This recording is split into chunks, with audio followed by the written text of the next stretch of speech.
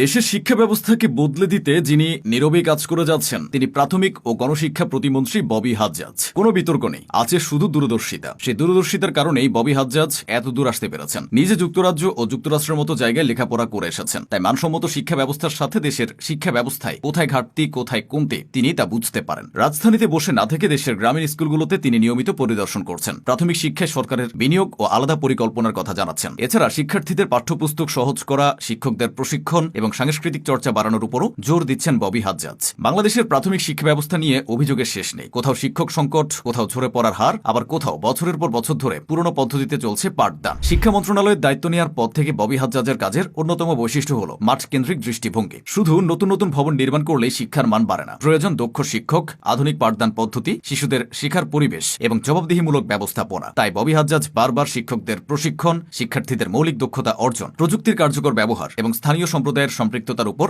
জোর দেন। বিশেষ করে প্রত্যন্ত অঞ্চলের শিশুরা যেন শহরের শিশুদের মতোই মানসম্মত শিক্ষা পায়, সেই বিষয়টির উপরও গুরুত্ব দিচ্ছেন তিনি। শিক্ষা ব্যবস্থা নিয়ে সুপরিকল্পিত কাজ করার এই আগ্রহ ববি হাজ্জাজের এডুকেশনাল ব্যাকগ্রাউন্ড থেকে এসেছে। তিনি ঢাকা বিশ্ববিদ্যালয় থেকে পড়াশোনা শেষ করে যুক্তরাজ্যের অক্সফোর্ড বিশ্ববিদ্যালয় থেকে MBA ডিগ্রি অর্জন করেন। এছাড়াও তিনি যুক্তরাষ্ট্রের university of Texas at Austin থেকে পলিটিক্যাল সায়েন্সে উচ্চতর ডিগ্রি নেন। ববি হাজ্জাজ দেশের শীর্ষ ব্যবসায়ী মুসা বিন শমশেরের পুত্র হলেও পারিবারিক ব্যবসার চেয়ে শিক্ষা উন্নয়ন ও রাজনৈতিক দিকে ঝুঁকেছিলেন বেশি। তিনি নর্থ সাউথ বিশ্ববিদ্যালয়ের প্রভাষক হিসেবেও দায়িত্ব পালন করেছেন। তিনি দেশের শিক্ষা খাত নিয়ে বরাবরই আগ্রহ প্রকাশ করেছেন। দেশের শিক্ষার মান যেন উন্নত বিশ্বের সঙ্গে প্রতিযোগিতা করতে পারে, সেদিকে তার লক্ষ্য। ববি হাজ্জাজ 2013 সালে জাতীয় পার্টির রিসার্চ অ্যান্ড স্ট্র্যাটেজি উইংয়ে সম্পৃক্ত হওয়ার মাধ্যমে রাজনীতিতে যুক্ত হন। 2017 সালে 5 দফা দাবি নিয়ে তিনি গড়ে তোলেন নতুন রাজনৈতিক দল জাতীয়তাবাদী গণতান্ত্রিক আন্দোলন বা NDM। একই বছর তিনি নিজ দলের নিবন্ধনের জন্য নির্বাচন কমিশনে আবেদন করেন, তবে নির্বাচন কমিশন তার আবেদন নামঞ্জুর করে দেয়। পরে তিনি তার দলের নিবন্ধনের জন্য উচ্চ আদালতে যান। আদালত তার পক্ষে রায় দেওয়ায় 2019 সালের 29 জুন ইসি